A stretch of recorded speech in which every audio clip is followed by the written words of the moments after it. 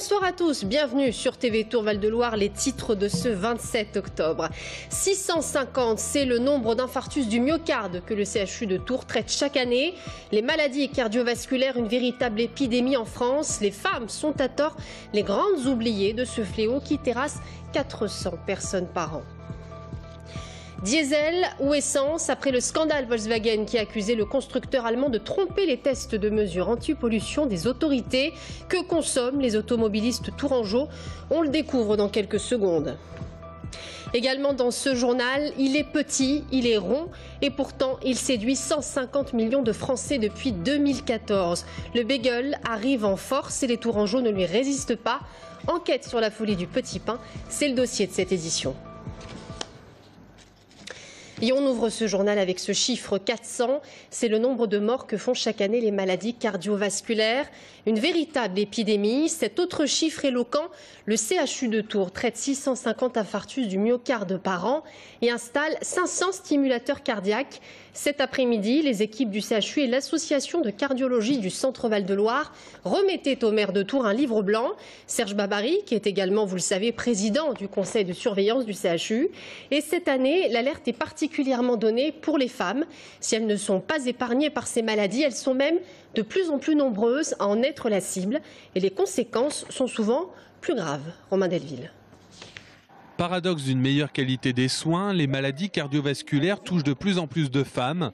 Et lorsqu'elles font une maladie cardiovasculaire, elles en meurent plus que les hommes. Les femmes font les maladies cardiovasculaires à un âge plus avancé que les hommes.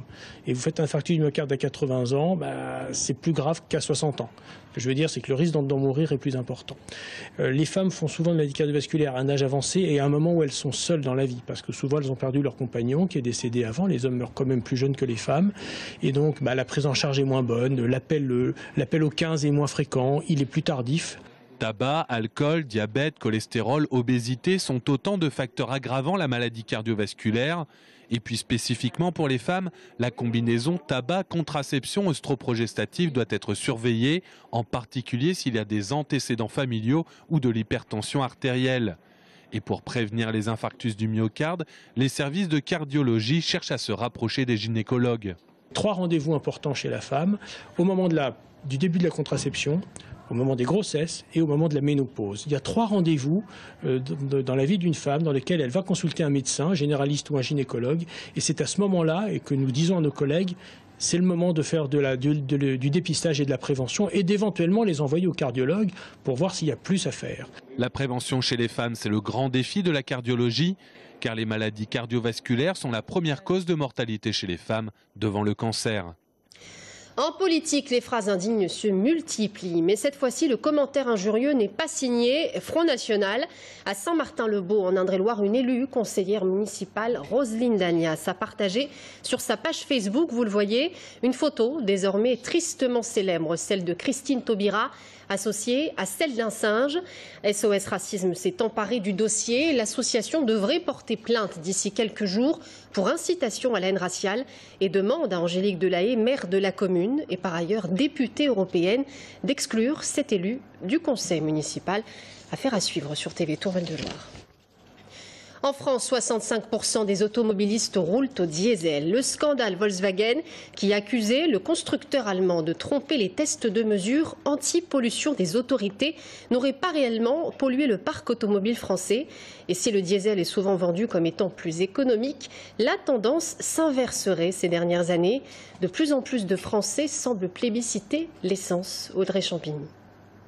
Je cherche une autre voiture, effectivement, mais pour être honnête, non, je me suis pas posé la question essence ou diesel.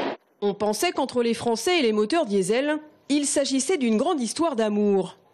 Eh bien, force est de constater qu'aujourd'hui, l'essence a de plus en plus le vent en poupe. Chez Renault, il y a quelques années, 80% des ventes étaient des moteurs diesel. Aujourd'hui, on mise sur des petits moteurs essence, très sobres, plus souples et qui consomment moins. On a basculé à plus de 50% de part de marché sur les petits modèles de type Sandero, Clio, Capture en version essence. Ce n'est pas encore une vérité pour les plus gros modèles de type Duster, Mégane, Kadjar, dans la mesure où les gens roulent plus, donc reste encore un peu plus diesel. Si à la pompe, l'écart de prix entre le gazole et l'essence se rétrécit, le moteur diesel, quoi qu'on en dise, consomme toujours de 20 à 30% de carburant en moins. Et ça, pour le portefeuille, cela fait une grosse différence. Il y a le côté économique, le côté puissant, et puis ça pollue pas plus qu'une voiture, qu'une essence. J'ai toujours été diesel pratiquement. Comme lui, plus de 60% des automobilistes français roulent au diesel. Mais attention, il faudra s'attendre à une hausse d'1 centime par litre en 2016 et autant en 2017. Un virage fiscal voulu par le gouvernement pour stopper la dieselisation massive du parc automobile français. Mais pour certains concessionnaires, les ventes de voitures diesel connaissent toujours autant de succès. Il y a une sorte de pression un petit peu par rapport à ce que l'État a dit, le gouvernement dit, avec des augmentations, des circulations alternées, plein d'éléments comme ça qui font craindre aux clients de partir plutôt sur un diesel que sur un essence. Mais il s'avère que nos ventes continuent à s'orienter sur du diesel plutôt que sur de l'essence. Mais pour ceux qui ne jureraient que par l'essence, il y a toujours ces petits bijoux de l'automobile, des bolides à 80 000 €. La sécurité sociale mène une lutte acharnée contre la fraude à l'assurance maladie. En Indre-et-Loire, regardez ces chiffres l'an dernier. Elle a subi un préjudice de plus de 700 000 €. Fausses déclarations, surfacturation ou encore documents falsifiés. Une hausse de 30% par rapport à 2010. Les personnels du centre hospitalier de Luynes en grève aujourd'hui. Ils appelaient les patients et les résidents à rejoindre leur mouvement. Conditions de travail difficiles, maltraitance institutionnelle selon leurs termes. Ils demandent aux responsables de prendre des mesures nécessaires pour leur venir en aide. Le personnel à se rassembler aujourd'hui pour dénoncer les conditions de travail qui s'aggravent dans notre établissement, un sous-effectif constant dans tout l'établissement. Dans le service de soins de suite et de réadaptation, il n'y a qu'une infirmière le week-end et les jours fériés et l'après-midi pour 50 patients. Il manque aussi des aides-soignantes. En EHPAD, il y a un absentéisme important, des contractuels qui sont à plus de 30% dans tout l'hôpital, ce qui reporte la charge de travail sur les autres personnels. Politique, les élections régionales arrivent à grands pas et les partis s'apprêtent à dévoiler leur liste tour à tour. Cet après-midi, Lutte ouvrière dévoilait les têtes de liste de son parti dans les 6 départements de la région Centre-Val de Loire. Un mot d'ordre qui ne varie jamais, vous le savez, pas d'union avec le Parti socialiste. Adressons aux travailleurs, aux chômeurs, aux salariés précaires, tous ceux qui, n'ont pas d'action ni de capitaux à faire fructifier, mais qui ne peuvent vivre que de leur seul salaire. Par rapport à la situation actuelle, qui est celle du chômage, il faut mettre en avant un certain nombre de choses qui sont des exigences vitales pour le monde du travail. L'interdiction des licenciements, le partage du temps de travail entre tous sans diminution de salaire. Ils se vendent comme des petits pains. En 2014, 150 millions de bagels ont été vendus en France. Et ce petit pain devenu sain, autant bien ne pas en rester là. Après les burgers et les sushis, les bagels envahissent nos rues à Tours. De jeunes entrepreneurs ont flairé la bonne affaire et s'installent toujours plus nombreux. Très répandu au pays de l'oncle Sam, le bagel arrive en France. Résultat, les ventes s'affolent et les clients en redemandent. C'est le dossier de cette édition. Ce soir, il est signé Jonathan van der Voort. C'est la folie du bagel.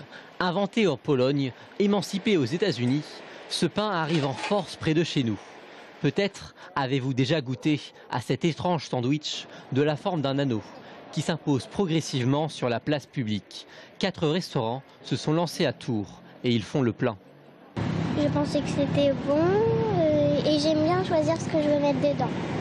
Par rapport à ce qu'ils sont en restauration rapide, au kebab, etc., ils sont dans les 5,50 le sandwich. C'est un petit peu plus cher qu'un kebab, mais bon, ça change. Oui, ça change. La consommation de ce sandwich à la mode a plus que doublé en 2 ans.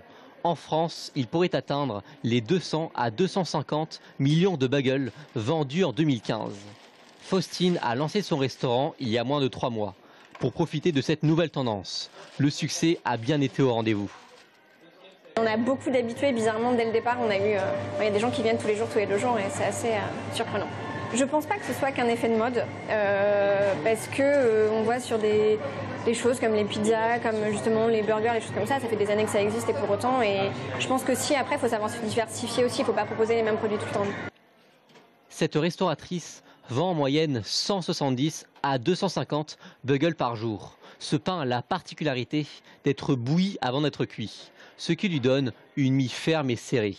Son goût neutre lui permet d'être garni de toutes sortes d'accompagnements. De son côté, Nathalie a lancé son restaurant il y a 1 an.